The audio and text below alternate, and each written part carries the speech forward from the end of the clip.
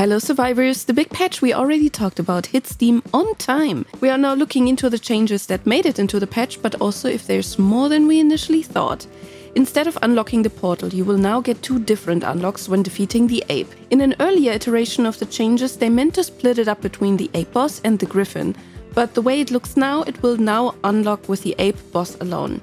You can now replicate your favorite NPC onto your initial starter character.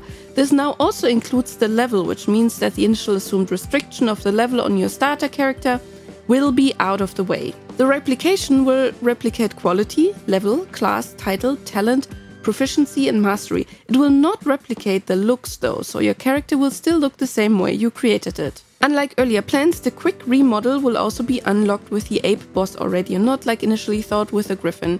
This is quite a big balancing decision, making the ape boss probably one of the most important bosses to defeat at the moment. With a quick remodel, you don't need the mysterious table to get your NPCs back once they died, but you just get them through campfires, bonfires and respawn points. The perfect remodel is also now activated everywhere, also on official servers.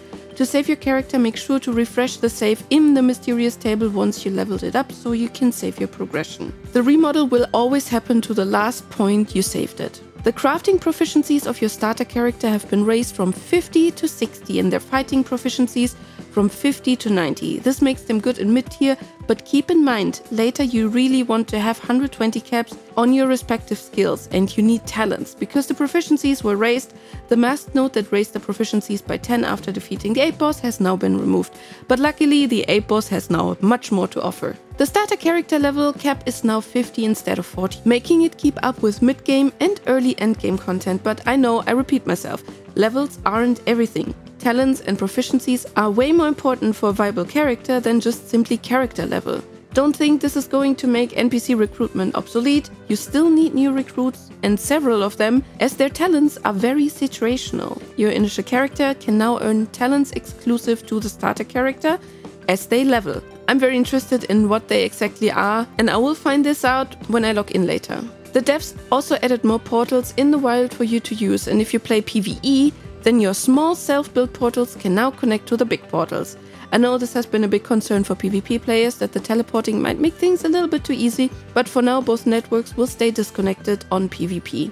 Another big thing that has been added to PvE is that you can take your whole inventory through the self-built portal as well, and also your animals. This is something we had activated on our server from the start as it was an option back then, but I think it's a good decision to do so, making the self-built portal much more viable to get and to use. Another good thing is that the portal is now also not unlocked by the ape boss anymore and can be used as soon as you get it. And that makes absolutely sense, because when we played SOUMASK in the playtester version and were able to run the dungeon, we happily crafted the portal just to find out that we just can't use it. I think many had this disappointing experience. Not anymore, portals are for everyone now. Ruin dungeons and Holy Ruin dungeons now have a respawn point room that you need to activate first in order to use it. As someone who suffered through a lot of death runs when doing the ruins, I absolutely appreciate that. When crafting yourself, you can now make use of crafting from the storage boxes. No more running between the storages to find the right items. The boxes need to be within your bonfire range.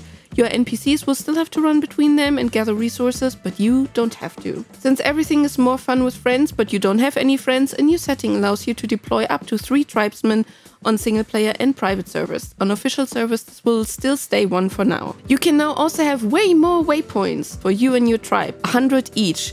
So if you have the feeling you see much more of the environment, still spam more waypoints. You can now also customize the AI level on solo and private servers. This patch note came without any explanation what this means, so I assume it changes something about the level of the NPCs, but I will look into that. You can now also transfer animal to other people, getting around the pesky personal tame limit. One absolutely game-breaking thing was finally fixed.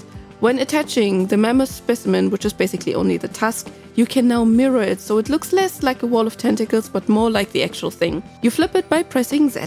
Walls and city walls, and I assume those mean the barricade walls, can't be built too close to creatures anymore. Sounds to me like there was some exploit going on. Buildings that are within the range of someone else's bonfire can't be upgraded or replaced anymore. And the griffin feathers are now a viable resource for steel arrows. And talking about arrows and the hard life of an archer, the poisonous arrows now have their damage increased. Also, some elite animals have their looks and their appearance updated. We also got a few more talents: crisis resolution, quick bandaging, and quick reload. By the way, also talking about bandaging, sorry PvP, but bandaging while jumping has been fixed. Desperate Response is now an exclusive affix that can be held by Fang tribe members. I will look into that as well, as I'm a Fang fangirl myself. And then we have some buffs and nerfs to titles and talents. X-Killer takes more damage, Nightwalker is now slower, Flycutter Assassin does more bleed damage, Lung Piercer has less stamina recovery, Archery Master's slow now lasts longer, Butcher in the Woods does less damage and the duration of effects of Deathbringer lasts longer. Heart Captor does more damage, Enemy Down Fervency and Slaughter Fervency are now triggered on kill but also on near death state, so downed enemies. Coming back to the archers. Arrows stack now higher and way less. Finally not having to put all of my levels into strength, because otherwise I couldn't carry my precious collection of Pokesticks. They can now also be taken through self-built portals. No more archer discrimination, but also this is relevant for PvP as there is no issue on unlocked portals anyway. You can now build gable roofs on pitch roofs and around foundations. The account ban and mute functions are enabled when starting a server. I assume this is relevant for when you open your single player game to other people.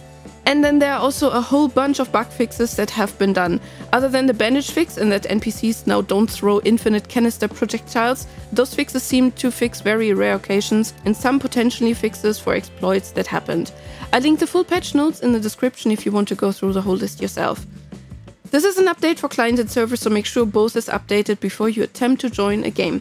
Also keep in mind that hosters like Gportal will take a while until they can provide the newest version, as their updates get internally tested first and then mirrored on their servers. Crazy big changes if you ask me. I'm looking forward to your opinion about all of these changes. Let me know in the comments. And thank you for watching, and stay alive and thrive!